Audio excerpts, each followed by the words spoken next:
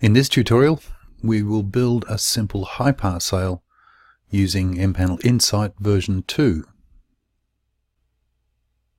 If we want the sail to be an exact size, then we'll use Snap to Grid. In this example, the grid is set to 1 meter. Using Speed Pole, we add 4 poles and then hit the Escape or right-click to stop pole entry mode. We then select 2 poles by holding down the Shift key, select one, then the other, and change the heights to 2600 millimeters and apply change. Now we add a 4-sided sail, quad sail, selecting each pole in a clockwise direction.